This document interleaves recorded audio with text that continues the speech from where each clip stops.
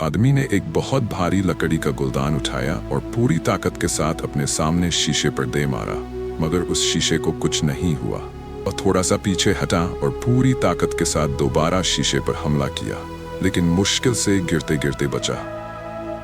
फिर उसने fire exit pipe से रस्सी निकाली और अपनी लकड़ी की टांग की मदद से उसे काटा।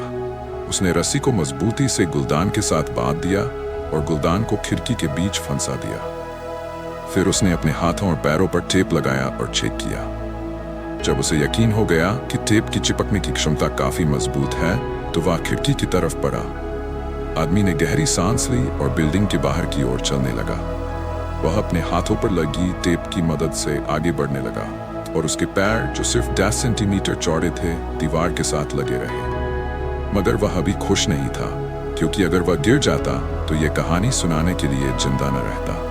खतरनाक हरकत देखकर नीचे खड़े लोगों की भीड़ इतनी भयभीत हो गई कि उनकी सांसें थम गईं। जल्द ही वह कोने तक पहुंच गया, मगर वहां उतरने के लिए कोई जगह नहीं थी। बाहर वाली दीवार पर एक सिग्नल लाइट उसके सामने आई। उसने लाइट को जोर से हिलाकर चेक किया कि वह मजबूत है या नहीं। फिर उसने अपने साथ लाई हुई रस्सी को मजबूती से लाइट के साथ बांध दिया और नीचे उतरना शुरू कर दिया। आखिरकार किसी खतरे के बिना वह विच गियर तक पहुंच गया।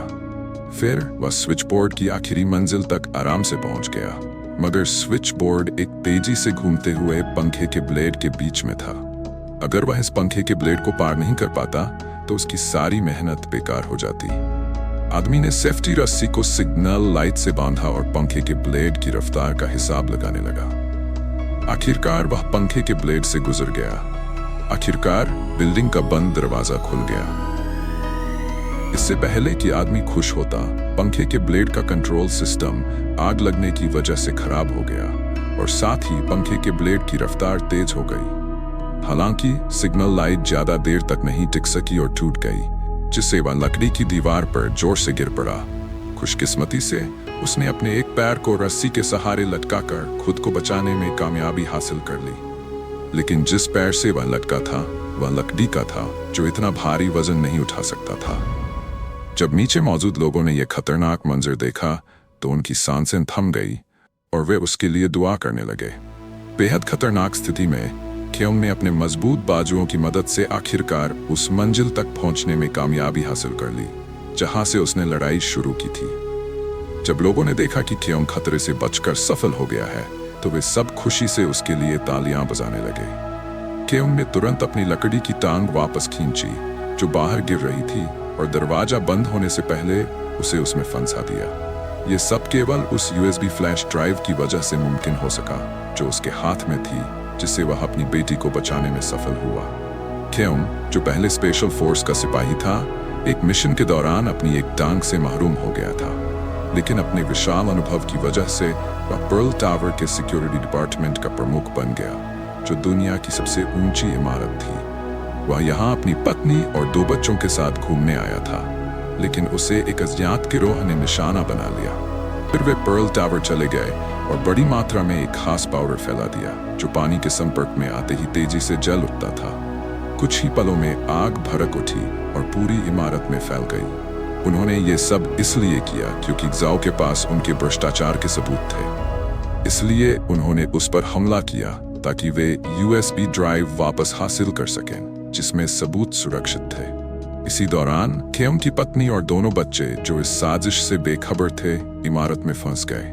जब केयोंग ने पर्ल टावर में आग देखी तो वह तुरंत इमारत की तरफ दौड़ा। केयोंग अपने हाथों की ताकत से 65 मीटर ऊंचाई पर जंगले के नीचे हवा में लटका हुआ था। टीवी के सामने मौजूद लोग खौफ और हैरत में डूबे ये नजारा देख रहे थे। उसके कदमों के नीचे गहरी खाई थी और वह दूसरी जगह पहुंचने की कोशिश कर रहा था। तभी एक हादसा हुआ, लेकिन खुशकिस्मती से वह बच गया। फिर वह क्रेन में बैठा और उसे बिल्डिंग की तरफ बढ़ाया। जब क्रेन पूरी तरह खुल गई तो वह थोड़ी कम पड़ गई। तभी उसने अपनी पत्नी और बच्चों को याद किया, जो इस बिल्डिंग में फंसे हुए थे, और तेजी से बिल्डिंग की तरफ दौड़ पड़ा। जब लोहे की सरकती हुई पट्टी फिसलने लगी तो उसने खिड़की को पकड़ लिया। उधर उसकी फैमिली की हालत भी अच्छी नहीं थी। आग फैलने की वजह से उसकी पत्नी को दोनों बच्चों के साथ ऊपर की तरफ भागना पड़ा, लेकिन जल्द ही उनका सामना पीछे से आते हुए कातिलों से हो गया। जिन्होंने लड़की को पकड़ लिया और दोनों बच्चों को छीनने की कोशिश की। इसी दौरान लड़की ने अपनी जेब से कैंची निकाली और कातिल की टांग पर वार कर दिया। दोनों बच्चे मौका देखकर भाग निकले। जब लड़की भी उनकी तरफ दौड़ने लगी तो एक बहुत बड़ा पाइप ब्रिज पर गिर पड़ा और ब्रिज टूट गया। कातिल उनके पीछे आ रहा था, लेकिन तभी ख्योम वहां पहुंच गया और दोनों ने मिलकर कातिल को नीचे फेंक दिया। फिर वे अपने बच्चों को वापस ले आए। इसके बाद ख्योम ने पार करने के लिए एक पुल बनाया, लेकिन जब लड़की बच्चों को लेकर गुजर रही थी तो वह गिरते गिरते बच गई। फिर ख्योम ने अपनी पत्नी और बेटी को लिफ्ट में डालकर नीचे भेज दिया, लेकिन उसकी बेटी अब भी वहीं फांसी हुई थी, इसलिए वह पहले अपनी पत्नी और बेटी को जमीन पर भेजने के लिए मजबूर हो गया। अब ख्योम USB फ्लैश ड्राइव हासिल करने की कोशिश करने लगा, जिसे ग्जाओ ने संभाल कर रखा था।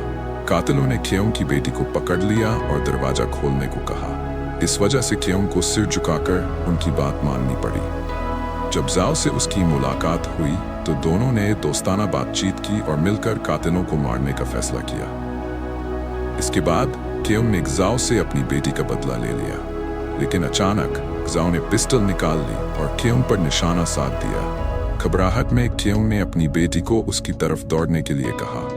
तभी ग्जाओ ने मिरर रूम का स्विच ऑन कर दिया। मिरर रूम में दाखिल होने वाले कातिलों को कुछ समझ नहीं आ रहा था। जल्द ही ख्योम और ग्जाओ ने मिलकर सभी कातिलों को मार डाला। उनका सरगना बच गया, लेकिन उसे नहीं पता था कि उसका क्या अंजाम होने वाला है। फिर ख्योम ने उसे बिल्डिंग की छत से नीचे फेंक कर मार डाला। इस वक्त तक आग ऊपर की मंजिल तक फैल चुकी थी। जब ख्योम मायूसी में अपनी बेटी को थामे खड़ा था, तभी नीचे से उसकी पत्नी ने बिल्डिंग के फायर प्रोटेक्शन सिस्टम को सही समय पर चालू कर दिया। कुछ ही पलों में आग बुझ गई और तीनों को बचा लिया गया। इस तरह मामला खत्म हो गया और सब कुछ ठीक हो गया।